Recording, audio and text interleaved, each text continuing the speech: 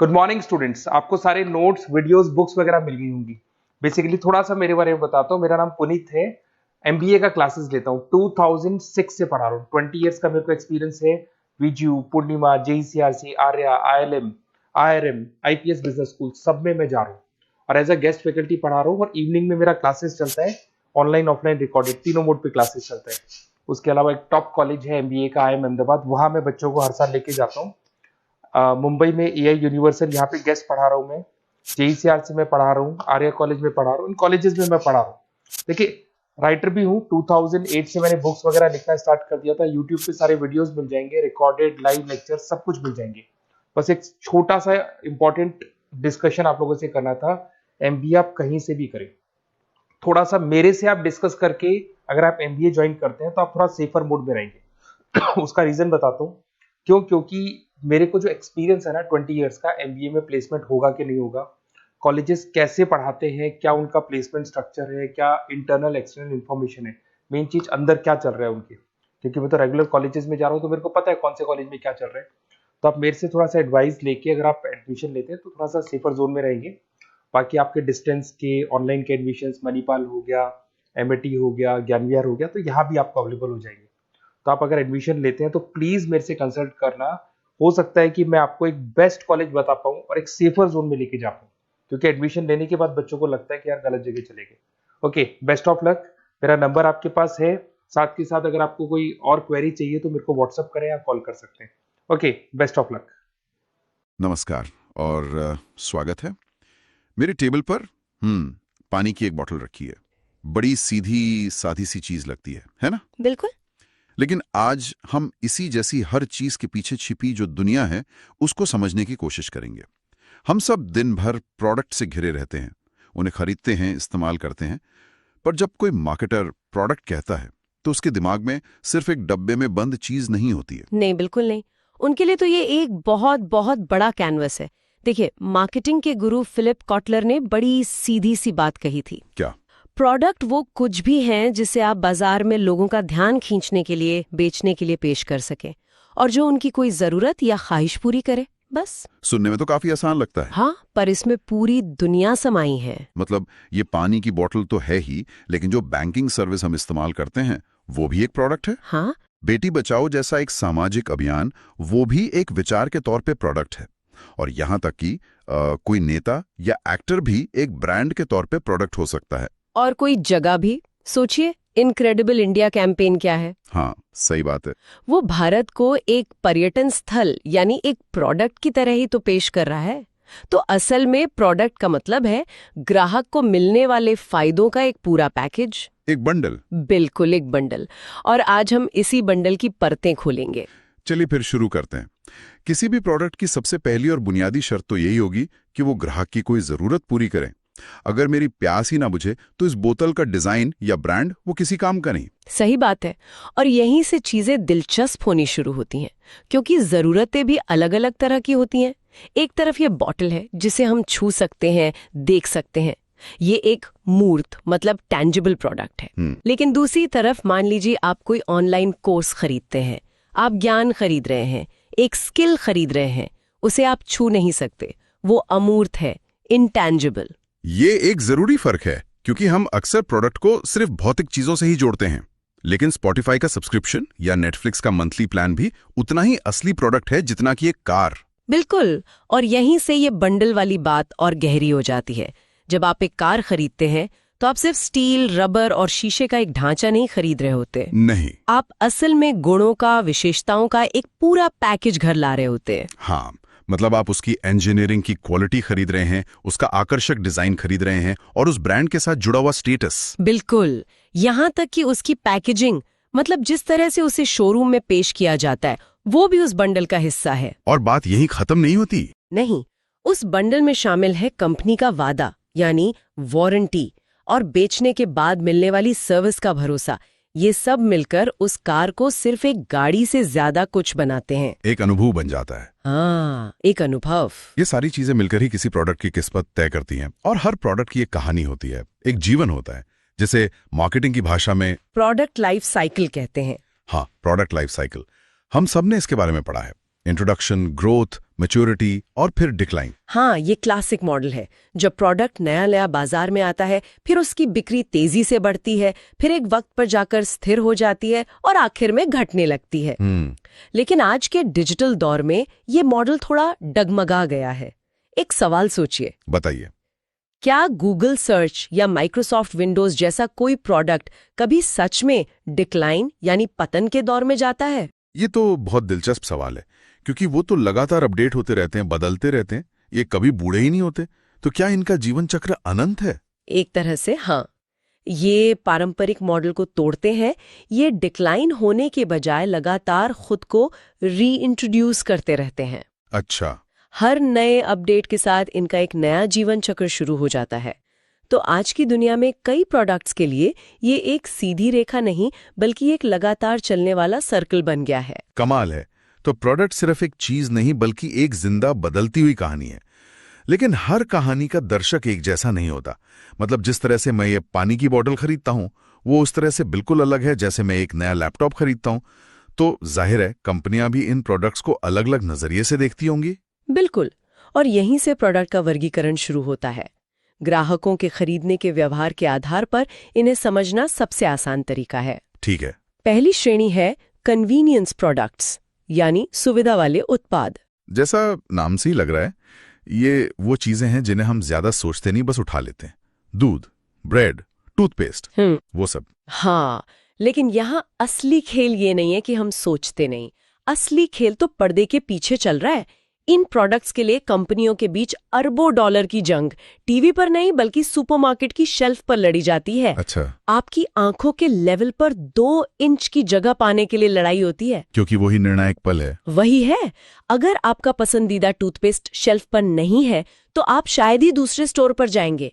आप बगल में रखा दूसरा ब्रांड उठा लेंगे। यहाँ लड़ाई ब्रांड की वफादारी से ज्यादा उपलब्धता और नजर आने की है। समझ गया। खेल बस इतना है कि जब ग्राहक हाथ बढ़ाए तो आपका प्रोडक्ट सामने हो। ठीक है। लेकिन फिर आते हैं शॉपिंग प्रोडक्ट्स। यहाँ कहानी पूरी तरह पलट जाती है। हाँ। जैसे मुझे एक नया फोन लेना है, मैं हफ्तों तक यूट्यूब पर रिव्यू देखता हूँ, वेबसाइट्स पर स्पेसिफिकेशन की तुलना करता हूँ, दोस्तों से सलाह लेता हूँ। मतलब मैं पूरा रिसर्च करता हूँ। और ऐसा करना जरूरी भी है, क्योंकि ये प्रोडक्ट्स ज्यादा महंगे होते हैं और आप इन्हें रोज रोज नहीं खरीदते। हाँ। फर्नीचर, कपड़े, इलेक्ट्रॉनिक्स, यहाँ ग्राहक अपना समय और मेहनत दोनों लगाता है। हाँ। और मार्केटर ये जानता है। हाँ। इसीलिए वो आपको तुलना करने के लिए जानकारी देता है। जैसे फीचर्स की list, customer review, demo video, वो आपके रिसर्च में आपकी मदद कर रहा है। और फिर एक तीसरी श्रेणी है जो मुझे हमेशा बहुत आकर्षक लगती है, स्पेशलिटी प्रोडक्ट्स। यहाँ तो ग्राहक रिसर्च में नहीं कर रहा होता, उसे बस वही एक चीज चाहिए। हाँ, जैसे एक आईफोन का नया मॉडल या एक रोलेक्स घड़ी। हाँ। इन प्रोडक्ट्स की ब्रांड पहचान इतनी मजबूत होती है कि ग्राहक विकल्पों के बारे में सोचता ही नहीं, वो बस उसे पाने का रास्ता ढूंढ रहा होता है। पर क्या ये सच में इतना सीधा है? क्या एक आईफोन खरीदने वाला एक पल के लिए भी सैमसंग के लेटेस्ट फ्लैगशिप फोन के बारे में नहीं सोचता? या रोलेक्स खरीदने वाला ओमेगा या किसी और लग्जरी ब्रांड पे नजर नहीं डालता? ये स्पेशलिटी और शॉपिंग के बीच की रेखा कहाँ है? ये बहुत शानदार सवाल है, और इसका जवाब है कि ये रेखा ग्राहक के दिमाग में है, प्रोडक्ट में नहीं। अच्छा। एक व्यक्ति के लिए जो रोलेक्स एक स्पेशलिटी प्रोडक्ट है, हो सकता है किसी अरबपति के लिए वो एक शॉपिंग प्रोडक्ट हो, जहां वो उसे दूसरे ब्रांड से तौल रहा हो। लेकिन मार्केटिंग के नजरिए से जब एक बड़ा समूह किसी प्रोडक्ट के लिए दीवानगी की हद तक वफादार हो जाए और कोई विकल्प ना देखें, तब वो स्पेशलिटी बन जाता है। यहाँ कंपनी कीमत नहीं बेच रही, वो एक पहचान बेच रही है, एक क्लब की मेंबरशिप बेच रही है। और फिर आती है चौथी, सबसे अजीब श्रेणी, अनसॉट प्रोडक्ट्स। मतलब वो उत्पाद जिन्हें कोई खरीदना ही नहीं चाहता, जैसे जीवन बीमा या अंतिम संस्कार सेवाएं। बिल्कुल। कोई भी सुबह उठकर ये नहीं सोचता कि वाह, आज का दिन जीवन बीमा खरीदने के लिए कितना अच्छा है। ये वो प्रोडक्ट्स हैं जिनके बारे में लोग या तो जानते नहीं या फिर जानबूझकर सोचना नहीं चाहते। तो फिर ये बिकते कैसे हैं? जबरदस्त मार्केटिंग और पर्सनल सेलिंग के दम पर। यहाँ मार्केटर का काम आपको प्रोडक्ट बेचना नहीं है। तो क्या है? पहले आपके अंदर उस जरूरत का एहसास जगाना है जिसके बारे में आप सोचना ही नहीं चाहते। वो आपको भविष्य के डर या परिवार की जिम्मेदारी का एहसास कराते हैं।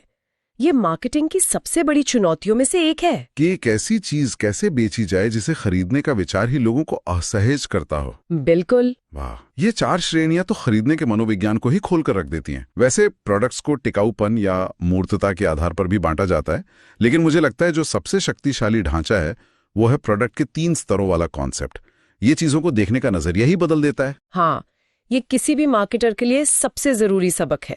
ये हमें बताता है कि ग्राहक असल में क्या खरीद रहा है।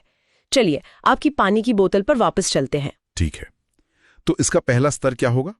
Core product. हाँ, पहला स्तर है कोर प्रोडक्ट, यानी वो बुनियादी फायदा जिसके लिए ग्राहक पैसे दे रहा है। इस बोतल के मामले में कोर प्रोडक्ट पानी नहीं है। तो फिर क्या है? वो है प्यास बुझाना, हाइड्रेशन। वो है ताजगी, रिफ्रेशमेंट। हाँ, ग्राहक असल में इस एहसास को खरीद रहा है। अगर आप एक ड्रिल मशीन खरीद रहे हैं तो आप ड्रिल नहीं खरीद रहे, आप दीवार में छेद खरीद रहे हैं। ये है कोर प्रोडक्ट। समझ गया, ये तो बहुत गहरा है। तो फिर दूसरा स्तर क्या है? दूसरा स्तर है वास्तविक प्रोडक्ट, एक्चुअल प्रोडक्ट। ये वो भौतिक चीज है जो आपके हाथ में है। इस मामले में ये प्लास्टिक की बोतल, इसका डिजाइन, इस पर लगा हुआ ब्रांड का लेबल, इसकी क्वालिटी, ये वो सब कुछ है जो कोर प्रोडक्ट को एक शक्ल देता है। प्रोडक्ट, ऑगमेंटेड प्रोडक्ट, ये वो सब कुछ है जो वास्तविक प्रोडक्ट के ऊपर और उसके साथ मिलता है, जो अनुभव को और बेहतर बनाता है। जैसे इस पानी की बोतल के मामले में ये क्या हो सकता है? हो सकता है कि ये बोतल रिसाइकिल करने योग्य प्लास्टिक से बनी हो, जो आपको पर्यावरण के प्रति जिम्मेदार होने का एहसास कराए। या हो सकता है कंपनी एक सब्सक्रिप्शन मॉडल दे जो हर महीने आपके घर पर पानी का कार्टन डिलीवर करे। या फिर उस बोतल पर एक QR कोड हो जिसे स्कैन करके आप ये जान सकें कि ये पानी हिमालय के किस सोते से आया है। ये सब संवर्धित प्रोडक्ट है। और आज की दुनिया में शायद असली लड़ाई इसी तीसरे स्तर पर है, क्योंकि 2 कंपनियों की पानी की बोतलें लगभग एक जैसी हो सकती हैं, उनका स्वाद भी शायद एक जैसा हो। बिल्कुल। आज के बाजार में कोर और वास्तविक प्रोडक्ट तो बस खेल में बने रहने की शर्त है। खेल जीता या हारा ऑगमेंटेड यानी संवर्धित स्तर पर जाता है। कोई और उदाहरण?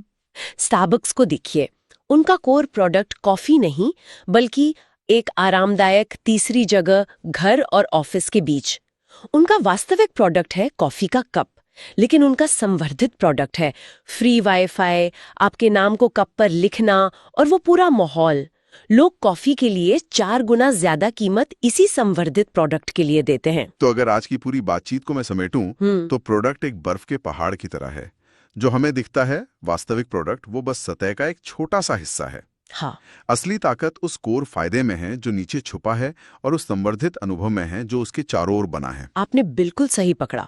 और इन वर्गीकरणों को समझना कि आपका प्रोडक्ट कन्वीनियंस है, शॉपिंग है या स्पेशलिटी, कंपनियों को ये तय करने में मदद करता है कि उन्हें अपनी कहानी कैसे कहनी है, कीमत क्या रखनी है और उसे बेचना कहाँ है। हर प्रोडक्ट के पीछे एक सोची समझी रणनीति होती है। ये समझ तो वाकई किसी भी स्टोर में घूमने का अनुभव बदल लेती है। अब हर शेल्फ पर रखी चीज एक कहानी कहती नजर आती है। और मजेदार बात यह है कि ये ढांचा सिर्फ बड़ी कंपनियों के लिए नहीं है। कोई भी इंसान जो किसी और के लिए कुछ बना रहा है, जैसे चाहे वो एक फ्रीलांस डिजाइनर हो, एक लेखक हो या एक यूट्यूबर, वो इन 3 स्तरों के बारे में सोच सकता है। मेरा कोर प्रोडक्ट क्या है, मेरा वास्तविक प्रोडक्ट क्या है, और मैं इसे संवर्धित कैसे करूं ताकि लोगों को ज्यादा मूल्य मिले। ये तो एक बहुत बड़ा विचार है, और ये हमें आज के एक बहुत ही प्रासंगिक सवाल पर लाकर खड़ा करता है।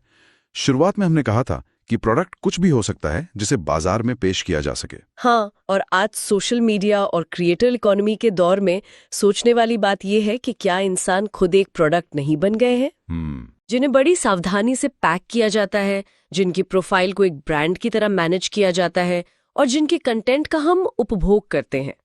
एक इन्फ्लुएंसर का कोर प्रोडक्ट शायद प्रेरणा है, वास्तविक प्रोडक्ट उसकी एडिट की हुई तस्वीरें और वीडियो है, और संवर्धित प्रोडक्ट उसके सब्सक्राइबर्स के लिए एक्सक्लूसिव कंटेंट है। ये सोचने पर मजबूर करता है कि इस नए बाजार में इंसान और प्रोडक्ट के बीच की रेखा कहाँ धुंधली हो रही है।